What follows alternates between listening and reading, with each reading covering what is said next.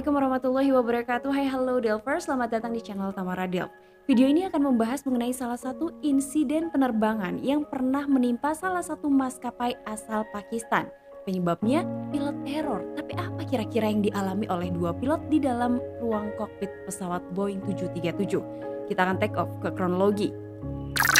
Insiden penerbangan ini terkait dengan maskapai asal Pakistan yaitu Shaheen Air dengan nomor penerbangan 142. Nah, Shaheen Air sendiri adalah maskapai penerbangan Pakistan yang didirikan oleh keluarga Shah pada tahun 1993. Kemudian maskapai ini ternyata menjadi maskapai swasta kedua terpopuler di Pakistan. Namun sayang seiring dengan kepopuleritasannya ternyata maskapai ini harus berhenti beroperasi di tahun 2018 karena memiliki hutang yang banyak. Sedikit membahas mengenai pesawat yang terlibat dalam insiden penerbangan 142. Pesawatnya adalah Boeing 737-400 yang dibuat tahun 1992. Pesawat itu memiliki registrasi APBJO dan memiliki 51.585 total jam terbang. Dalam penerbangan 142 sendiri terdapat total 121 orang.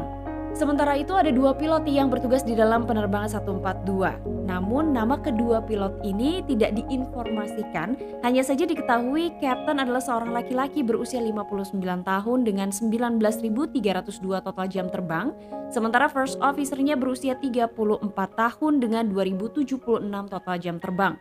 Penerbangan Shaheen 142 adalah penerbangan domestik dari Karachi menuju ke Lahore. Penerbangan itu dilakukan pada tanggal 3 November 2015. Di hari itu, Kapten dan First Officer tiba di Operation Center Bandara Karachi untuk penerbangan 142. Kedua pilot ini memang sedikit terlambat, sehingga keduanya langsung bergegas melakukan pre-flight briefing. Dan ternyata sebelum keberangkatan penerbangan 142, First Officer mendapatkan informasi bahwa kondisi cuaca di Bandara Lahore itu cukup buruk. Tapi karena kondisi cuaca di Karachi saat itu baik-baik saja, kedua pilot memutuskan untuk tetap melakukan penerbangan menuju ke Lahore. Ketika kedua pilot berada di kokpit, Kapten langsung memberikan pengarahan singkat tentang rute lepas landas dan juga taksi. Tapi yang menarik, di dalam perbincangan di ruang kokpit ini tidak ada pembahasan mengenai kondisi cuaca di Bandara Lahore. Pada pukul 3:08 UTC, pesawat Boeing 737-400 itu mulai lepas landas dan dengan cepat langsung mendaki untuk mencapai ketinggian jelajah yang telah ditentukan yaitu 33.000 kaki. 1 jam berlalu. Kemudian pesawat mulai mendekati Lahore. Karena kondisi cuaca Lahore yang buruk, mereka juga harus melakukan pengecekan bukan hanya di Bandara Lahore tapi di bandara alternatifnya di Peshawar. Setelah memikirkan beberapa pertimbangan, Kapten yang bertugas sebagai pilot penerbang akhirnya memutuskan untuk tetap melanjutkan pendaratannya di Bandara Lahore. Jam 3:59 UTC, penerbangan 142 diizinkan oleh Lahore Center untuk melakukan approach VORDME ke runway 36L. Tapi saat itu, sang kapten yang bertugas sebagai pilot penerbang mengatakan kalau dia akan melakukan pendaratan di runway 36R. Nah, permintaannya ini ditolak oleh ATC. Pada saat kedua pilot sedang bersiap untuk approach, ternyata ada informasi yang masuk bahwa jarak pandang di Bandara Lahore itu semakin memburuk.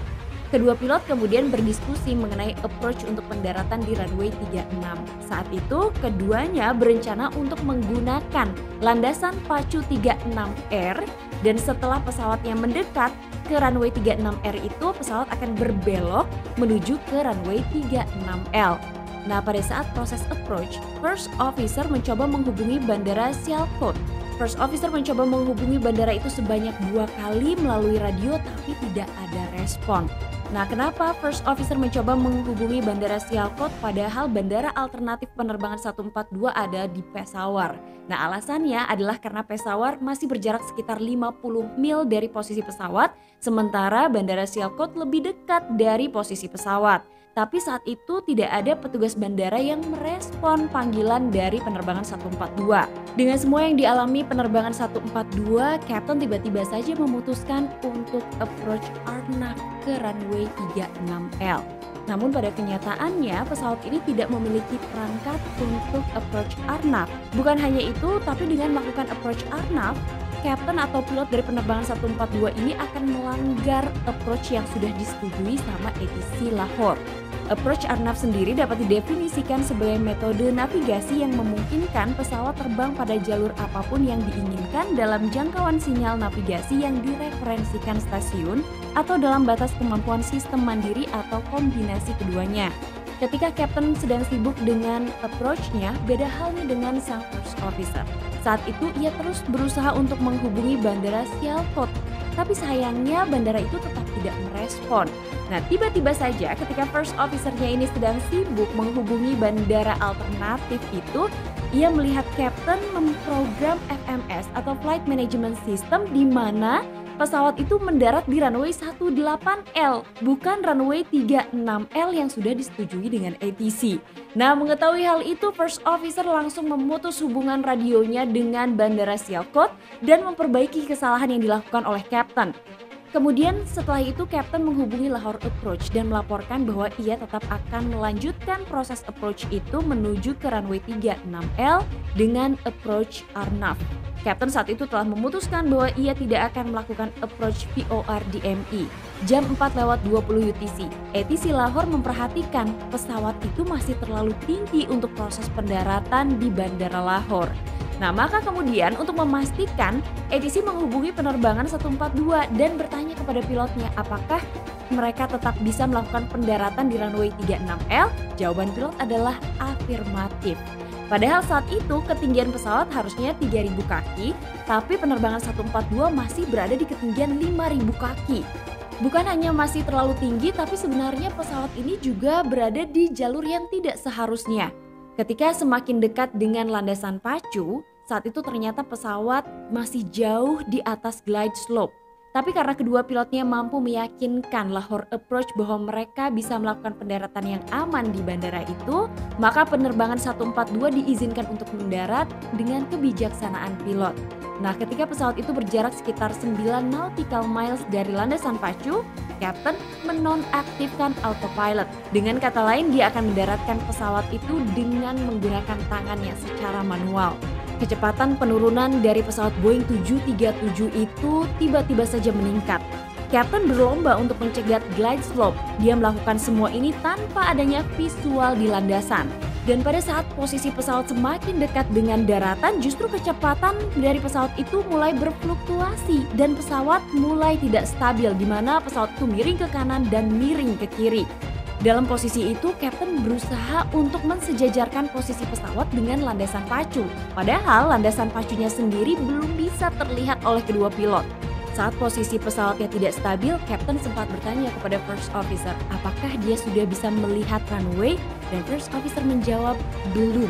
Lalu kemudian first officer menyarankan kepada kaptennya untuk kembali mengaktifkan autopilot. Sepertinya dalam posisi itu first officer tidak cukup yakin dengan keterampilan terbang dari kapten.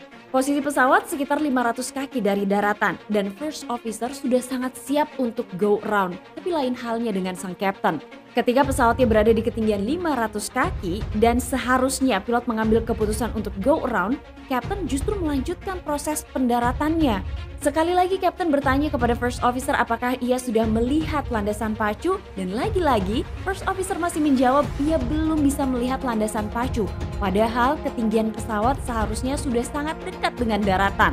Kecepatan pesawat saat itu sekitar 136 knot. First officer terus meminta kapten untuk berbelok ke kanan. Dan sejak saat itu, ketika pesawat berbelok, landasan pacu tampak di sebelah kanan. Karena ada perasaan khawatir dari first officer, maka kemudian yang dilakukan first officer saat itu adalah mengambil alih kontrol penerbangan dari kapten dengan mengatakan I'll take control. Alih-alih melakukan go around, first officer hanya memperbaiki posisi pesawat agar tetap stabil. Selanjutnya, pada saat pesawat itu berada di ketinggian 150 kaki, kapten mengambil alih lagi kontrol penerbangan dari first officer. Yang dilakukan kapten adalah kembali memperbaiki posisi pesawat agar sejajar dengan landasan pacu, yang pada kenyataannya landasan pacu itu belum bisa dilihat oleh kedua pilot.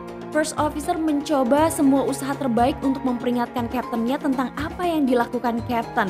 Dan kapten justru meminta first officernya untuk bersikap santai.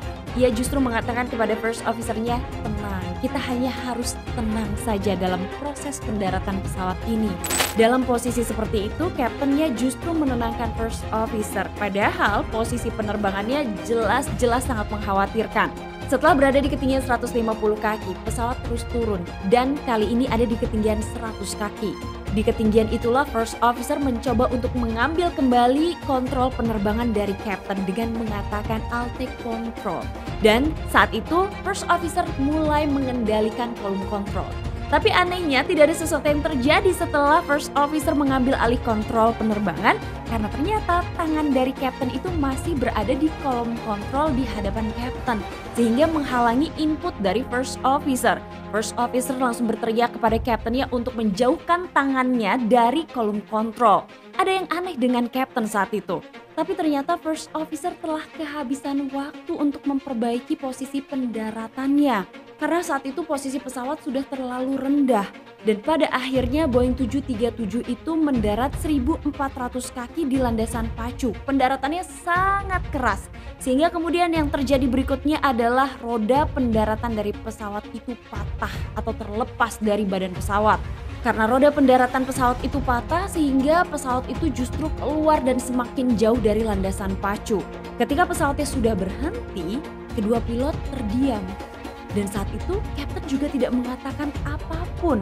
Padahal seharusnya yang dilakukan oleh kapten adalah memerintahkan first officer-nya untuk melakukan evakuasi darurat dan juga untuk melakukan engine shutdown checklist. Justru first officer melakukan itu semua atas inisiatifnya sendiri. Beruntung akibat insiden yang dialami penerbangan 142 ini, 121 orang yang ada di dalam pesawat termasuk penumpang dan juga kru pesawatnya selamat. Jadi setelah pesawat itu berhenti, first officer segera bergerak menuju ke kabin penumpang dan mengevakuasi semua penumpang. Nah setelah pintu darurat dibuka, semua penumpang diarahkan segera menjauh dari pesawat karena mereka tidak pernah tahu apa yang terjadi dengan pesawat Boeing 737 itu nantinya. Beberapa jam setelah terjadinya insiden, Biro Investigasi Pakistan langsung melakukan penyelidikan. Mereka mengkhawatirkan beberapa hal dari penerbangan 142 ini. Tapi kemudian keanehan pertama yang ditemukan oleh tim investigasi Pakistan adalah jejak ban di landasan pacu. Saat itu mereka menemukan ada pola zigzag, pola yang aneh dari pendaratan pesawat.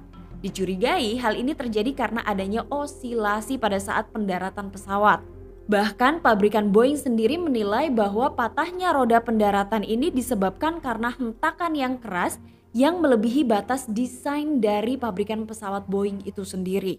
Tim investigasi Pakistan ini kemudian mengumpulkan beberapa informasi seperti dari informasi ATC, kemudian rekaman CVR dan juga black box. Di sana mereka mulai mengungkap ada beberapa hal yang janggal. Ketika proses approach pesawat itu jauh dari glide slope, kemudian kapten mematikan autopilot dan berusaha untuk melakukan proses pendaratan secara manual, padahal ketinggian pesawat saat itu masih jauh dari yang seharusnya. Kemudian diketahui kapten juga melakukan beberapa manuver untuk memperbaiki posisi pesawatnya padahal dia belum bisa melihat keberadaan landasan pacu. Penerbangan 142 itu masih terlalu tinggi dan mereka juga tidak sejajar dengan landasan pacu yang benar. Akhirnya karena ditemukan beberapa keanehan dari penerbangan 142, fokus dari tim investigasi Pakistan ini beralih bukan terhadap mekanisme pesawatnya tapi terhadap siapa yang menerbangkan pesawat itu. Dalam hal ini adalah dua pilot. Kemudian tim investigasi meminta hasil tes darah dari kapten. Hasilnya ditemukan kadar alkohol tinggi di dalam tubuh kapten. Nah, kadar alkohol yang tinggi dari hasil pemeriksaan darah kapten ini ternyata membuat kapten jangankan menerbangkan pesawat, untuk mengemudikan mobil saja seharusnya tidak diizinkan. Dan tim investigasi juga menemukan dari hasil tes darahnya kapten ini kelebihan asam laktat. Dan pada saat proses approach itu, kapten dalam kondisi stres tingkat berat.